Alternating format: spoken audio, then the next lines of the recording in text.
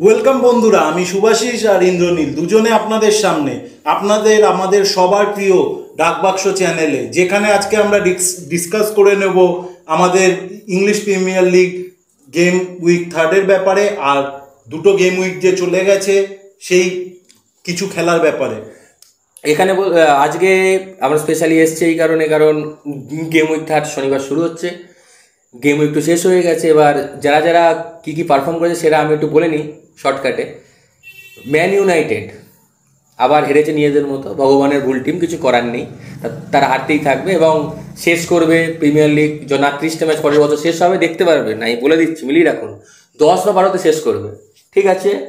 এবার বাকি যে বড় টিম আছে মোটামুটি সবাই জিতেছে। চেলসি খুব ভালো খেলছে, মাডুয়েকে গোল করছে, হ্যাটট্রিক করেছে এবং সবথেকে বড় ব্যাপার পালমার ফর্মে। পালমার খুব একটা ইম্পর্টেন্ট প্লেয়ার চেলসির অবশ্যই। আর এদিকে লিভারপুল আর্সেনাল দুজনেই জিতেছে। আর্সেনাল একটা বড় টিম খেলছে, অ্যাস্টন ভিলা খুব ভালো খেলছিল গত বছর, এবার তো হারিয়েছে। লিভারপুলও ফর্মে ফিরছে আস্তে আস্তে, সো স্পার্সও জিতেছে। তো দেখে ভালো লাগছে, বড় টিমরা সবাই জিতছে আর ছোটো টিমও কিছু বেশ জিতেছে, সেটাও ভালো লাগছে। কিন্তু এইখানে আরেকটাও কথা বলার আছে যে কিছু চেঞ্জেস যেগুলো করেছে কোচের, আমি সামান্য কিছু দু একটা জিনিস বলছি। সেটা হচ্ছে কিছু করা উচিত বা চেঞ্জেস করেছে, এটা ভালো করেছে। এবার দেখুন, কেভিন ডি ব্রুইনে আমি বলছিলাম যেটা, হাল্যান্ড আর কেভিন ডি ব্রুইনে, এখানে হাল্যান্ডের কথা প্রথমেই ওর বলা উচিত ছিল, কারণ Haaland in form. Haaland game week 2-তে হ্যাটট্রিক করেছে। আপনারা এক্সপেক্ট করুন ও কত গোল করতে পারে। আর যেখানে কেভিন ডি ব্রুইনে, যার পারফরমেন্স আমরা ইউরোতে গেল খুব একটা আহামরি না, কারণ যেখানে লুকাকুর মতো স্ট্রাইকার আছে সেখানে Kevin De Bruyne of form থাকবেই। সেখানে সেই জায়গা থেকে ফিরে এসে হাল্যান্ড ফর্মে ব্যাক করেছে, ডি ব্রুইনে ফর্মে ব্যাক করেছে, হাল্যান্ড হ্যাটট্রিক করেছে। সেই জায়গায় হাল্যান্ড কিন্তু এবারে ভয়ঙ্কর হতে চলেছে। একদম আপনাদের প্রথমেই বলি, হাল্যান্ড কিন্তু এই বছরে আবার টপ স্কোরার হবে, আর হাল্যান্ড ভয়ঙ্কর ফর্মে থাকবে। আরেকটাও কথা, ম্যানচেস্টার সিটির গুন্ডোগান আবার ফিরে এসছে, এটা অদ্ভুত ব্যাপার। আমি সেদিন দেখলাম, আমি শুনেছিলাম হয়তো বার্সেলোনা থেকে চলে এসছে, বাট নামবে আমি এক্সপেক্ট করিনি। বাট অনেকদিন পর গুন্ডোগানকে দেখে ভালোও লাগলো। হয় আবার অন্যান্য কিছু প্লেয়ার আছে যারা কিছুটা ফর্ম ফিরে পেয়েছে। পালমার বললাম আগেই, লুইস ডিয়াস এবং জটা, এবং মোহাম্মদ সালার কথাও বলতে হয়। মোহাম্মদ সালা চুলটা কেটে দিয়েছে, ফর্মটা মনে হচ্ছে ফিরে পেয়েছে ওই জন্য নতুন করে, আর যথেষ্ট ভালো খেলছে, দুটো ম্যাচ দুটো গোল করেছে সালা। এবং বড় বড় টিম ভালো ফর্মে খেলছে, এটাই একটা ভালো প্রিমিয়ার লিগটা ভালো জমে উঠেছে। আর একটা মেন প্লেয়ারের কথা, আর একটা প্লেয়ারকে মিস করে যাচ্ছে, সন কিন্তু ভীষণভাবে ফর্মে ফিরে এসেছে। একদম একদম, যে ফর্মে ওকে আগের বছর অতটা পারফরমেন্স করতে পারিনি, তার আগের বছর বা বিগত কয়েক বছর যেটা আমরা একটা এশিয়ান প্লেয়ার হয়ে ইংলিশ প্রিমিয়ার লিগের মতো জায়গায় দাঁড়িয়ে এরকম টাইপের পারফর্মার, একদম যেটা আমরা ম্যানচেস্টার ইউনাইটেডে থাকাকালীন পার্ক জি সুংকে দেখেছিলাম, সেই জায়গায় সনকে কিন্তু এবছর নিয়ে ভাবতে হবে আপনার। একদম ফ্যান্টাসি লিগে টিম করতে গেলে সনকে নিয়ে আপনাকে ভাবতে হবে, কারণ ও ভালো সাপোর্ট পাবে, কারণ ও কিছু অ্যাসিস্টও করবে, কারণ ওরা গোল করার জন্য সেই জায়গায় সোলাঙ্কেকে নিয়েছে, ম্যাডিসন আছে। ও কিন্তু এই বছর আরো ভয়ঙ্কর হতে চলেছে। এবার তার থেকেও এখনো দল বদলের বাজারটা তো শেষ হয়নি। দল বদলে কিছু রদ বদল হয়েছে, কিছু টিম থেকে কিছু প্লেয়ার এসছে গেছে। আমি দু একটা জিনিস ইনফরমেশন দিয়ে দিই। সেটা হচ্ছে, স্পেনে ইউরোতে খুব ভালো একটা প্লেয়ার খেলছিল, এক্সট্রা ইনিংয়ে গোলও করেছে, মারিনো বলে। ওকে আর্সেনাল অলরেডি সাইন হয়ে গেছে, হয়তো ফার্স্ট টিমে পরের থেকে খেলতেও পারে। চেইসা, ইটালির, যদি খুবই চোটে থাকে, হ্যাঁ, সেই চোটে না থাকলে লিভারপুলের পক্ষে সোনায় সোহাগা, অত্যন্ত ভালো প্লেয়ার, অত্যন্ত কম দামে মাত্র 13 মিলিয়নে পেয়ে গেছে। এছাড়া এনকেটিয়া গেছে, ক্রিস্টাল প্যালেস আর্সেনালের থেকে গেছে। তো কিছু চেঞ্জেস এসছে, যেগুলো কিছু কিছু টিম হয়তো রদবদল করতে পারে গেম উইক 3-এ, আমার মনে হয়। আর এবার আরেকটা জিনিস বলতে পারি, সেটা হচ্ছে আমরা গেম উইক 2-তে আমরা দুজনেই একটু আধটু পারফরমেন্স করেছি। ও সব থেকে ভালো করেছে, আমি মিডিলে করেছি। তো গেম উইক 3 নিয়েও বলবো। এবার গেম উইক 2-তে কে কী পয়েন্ট পেয়েছে একটু বলে নিই। প্রথমে বলো সুভাষিস, তুমি বলো। আমি গেম উইক 2-তে 89 পয়েন্টস পেয়েছি, গেম উইক 1-এ 84 পয়েন্টস পেয়েছি। 80 ঘরে থাকবে, 5 পয়েন্টস ডিফারেন্স আছে, আমি বেশি পেয়েছি। কিন্তু আমি এখানে একটা চেঞ্জ করেছিলাম সেই জায়গায়। তার আগে বলে নিচ্ছি তার কথাটা, ভার্দি অনেক পুরানো প্লেয়ার, একদম রেলিগেশন খেয়ে যাওয়ার পরেও লেস্টার তাকে নিয়ে ভেবেছে, সে টিম ছেড়ে যায়নি, টিমের প্রতি দায়বদ্ধতা দেখিয়েছে, সে ক্লাবকে ভালোবাসে। একদম লেস্টার প্রথম ম্যাচ নেমে গোলও করেছে, সেকেন্ড ম্যাচে গোল সেকেন্ড ম্যাচেও। কিন্তু আমি আপনাদের সাথে 15টা গেম উইক পর বসবো, তখন আপনারা দেখবেন ভার্ডি কটা গোল করেছে। আমি বললাম ভার্ডিকে নিয়েও, যখন আমরা যখন বলে না 5 5.5 ফরওয়ার্ড খুঁজে পাচ্ছি না, একটা টাইমে ভার্ডিকে নিতে গিয়ে আমাদের 11 ইনভেস্ট করতে হচ্ছে, সেই জায়গায় দাঁড়িয়ে ভার্ডিকে আজকে নিয়ে 5.5 ইনভেস্ট করতে হচ্ছে। ডিফারেন্সটা কিন্তু ফ্যান্টাসি লিগ করেছে, কিন্তু আশা করি ফার্স্ট ট্রান্সফার উইন্ডো যখন কমপ্লিট হয়ে সেকেন্ড ট্রান্সফার উইন্ডোতে জানুয়ারি মাসে যাবেন, আপনারা ওয়াইল্ড কার্ড মারবেন, তখন ভার্ডির কিন্তু এই রেট থাকবে না। ভার্ডি আর ইপিএল এ যখন ফ্যান্টাসি লিগে টিম হয়, আজকে যেই প্লেয়ারটা 5.5, যাদের হয়তো ব্যাংকে 5.5 পড়ে আছে, তারা একটা এক্সট্রায় কোনো অন্য প্লেয়ার নিয়ে রেখেছেন, তারা ভার্ডিকে নিয়ে রিজার্ভে ফেলে রাখুন, একটা টাইমে ভার্ডি আপনাকে বাঁচাবে। ঠিক আছে, এবার আমার টিমের ব্যাপারে বলছি। আমার গোলে ছিল অ্যারোলা, যাই হোক এই ম্যাচ ছিল, ক্লিন শিট দিতে পারিনি। ঠিক আছে, 1 পয়েন্ট দিয়েছে। আচ্ছা, ঠিক আছে, 1 পয়েন্ট দিয়েছে। ডিফেন্সে ছিল লিভারপুলের আর্নল্ড, ডাঙ্ক আর গ্যাবার্ডিওল আগের বছর যে পারফরমেন্সটা করছিল তার জায়গায় একটু অফ ফর্ম আছে। ঠিক আছে, আস্তে আস্তে সেট হয়ে যাবে, কোনো অসুবিধা নেই। আর্নল্ড আমি এই বছর প্রথমবার আপনাদের সাথে ফ্যান্টাসি লিগে আমরা বসছি, কিন্তু লাস্ট 3 বছর ধরে যে আমরা ফ্যান্টাসি লিগে খেলছি, আর্নল্ড যদি চোট না পায়, এমনকি আর্নল্ড চোট পেয়েছে তাও আমি রিজার্ভে রেখে দিয়েছিলাম, কারণ আর্নল্ডের জন্য অনেকটা ইনভেস্ট করতে হয়। ঠিক আছে, সেই জায়গায় দাঁড়িয়ে আর্নল্ড কিন্তু লিভারপুলের একটা প্লে মেকার, লিভারপুলের আমি মনে করি প্লে মেকার।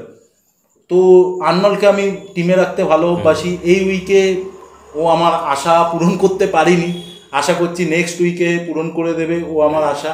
ঠিক আছে, আশা পূরণ বলতে ও আমাকে ক্লিন শিট দিয়েছে, কিন্তু ওর কাছে আমি আরও বেশি এক্সপেক্ট করি।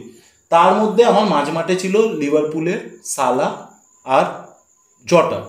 সালা এবছর আউটস্ট্যান্ডিং ফর্মে থাকবে, সালা প্রচুর গোল করবে, সালা একটা দাবিদার এবছর ইপিএলে বেস্ট ফুটবলার হওয়ার। ঠিক আছে, আর তারপরে আসি জটার কথায়। ও একটা প্লেয়ারের নাম বলেছে, লিভারপুল সাইন করিয়েছে এই বছর মাত্র 12.5 মিলিয়ন। আদৌ চেইসা কিন্তু 12.5 মিলিয়ন প্লেয়ার না, প্লেয়ারটা চোট, ওর কিছু প্রবলেমের জন্য প্লেয়ারটা আজকে এতটা পিছিয়ে গেছে। কারণ আমরা যে প্লেয়ারকে 50-60 মিলিয়নে সাইন করতে দেখি, হ্যাঁ এক্সাম্পল দিলে আপনাদের কাছে এখন দিয়ে আমার টাইম শেষ করতে পারবো, ওটাই সেই জায়গায় দাঁড়িয়ে চেইসাকে 12.5 গুড সাইনিং ফর লিভারপুল, সেখানে জটা আছে, জটাও চোট পেয়ে যায়। আশা করছি, আমি খুব ভালো এক্সপেক্ট করবো জটা যেন এবছর চোট না পায়। জটা না চোট পেলে লিভারপুলও ভালো ফল করবে। জটা যাই হোক আমাকে একটা অ্যাসিস্ট করেছে, একটা 3 পয়েন্ট দিয়েছে, তার সাথে কিছু বোনাস। তারপরে আমার মাঝমাঠে ছিল হচ্ছে বাওয়েন। আমার ওয়েস্ট হ্যামের বাওয়েনকে খুব ভালো লাগে, এটা পার্সোনাল চয়েস, তাই জন্য আমি টিমে রেখেছি। আর বাওয়েন আমাকে এর আগেও দিয়েছে পয়েন্ট, এই কালকেও 8 পয়েন্ট দিয়েছে। নেক্সট ম্যাচ হচ্ছে ম্যানচেস্টার সিটির সাথে, তাও আমি ওকে চেঞ্জ করব না, কারণ আমি ওর কাছে অনেকটাই আশা করি। তারপর আসছি গর্ডনের কথা। এখানে দুটো প্লেয়ার, যেখানে গর্ডন আর ইস্যাক, অনেকে ইস্যাককে নিয়েছে, অনেকে দুজনের কম্বিনেশনেও গেছে। হ্যাঁ আমি মানছি দুজনেই নিউক্যাসলের খুবই ভালো ফুটবলার। ঠিক আছে, আমি গর্ডনকে চয়েস করেছি, দুজনের মধ্যে একজনকে নিতে হবে বলে। তুলনার দামও কম ছিল, একটু কম ছিল, কারণ বাজেট। আমি আসছি আপনার কাছে পরে কেন আমি নিয়েছি গর্ডনকে আমি নিয়েছি, তার কারণ হচ্ছে গর্ডনের একটু বাজেটটা কম ছিল, আর সেই জায়গায় গর্ডনও আমাকে 2টো ম্যাচে পয়েন্ট দিয়েছে, আগের বছরও অনেক পয়েন্ট দিয়েছে। আর একজনকে নিয়েছি যাকে আমার যেখানে ব্যালেন্স খুব কম ছিল, সেই জায়গায় দাঁড়িয়ে হাডসন ওডই। আশা করছি এই প্লেয়ারটা আমার টিমে যদি কার্ড বা কি বলে ওইটাকে চোট যদি না পায়, তো ও আমার কাছে 38 গেম উইকসে হাডসন ওডই এক সাইডে টিমে পড়ে থাকবে। ঠিক আছে, কিন্তু টিমে খেলছে তো ফার্স্ট টিমে। এবার আসি ফরওয়ার্ড লাইনের কথা। আমার টিমে 2টো ফরওয়ার্ড লাইন ছিল। ফার্স্ট গেম উইকে আমার টিমে ছিল হাল্যান্ড আর উইসা। হাল্যান্ডকে রাখতেই হবে, হাল্যান্ডকে না নিলেই আপনারা ফ্যান্টাসি লিগ থেকে অনেক পিছিয়ে। আমি বলছি, কারণ হাল্যান্ড হয়তো প্রত্যেক ম্যাচে গোল নাও পেতে পারে, কিন্তু মাঝে মাঝে ওর একটু স্ট্যাটসটা ফলো করবেন, ও একটা ম্যাচেই 3-4 গোল করে বেরিয়ে যায়। আর সেই জায়গাটাই কিন্তু যারা ক্যাপ্টেন রাখবে বা ট্রিপল ক্যাপ্টেন করে দেবে, যেরকম আগের দিনে আপনি ইপসউইচ টাউনের কথা বলছি, অনেকে হালান্ডকে নেয়নি, আবার বেশিরভাগ লোকই ক্যাপ্টেন করেছে, অনেকে এমনি ক্যাপ্টেন করেছে।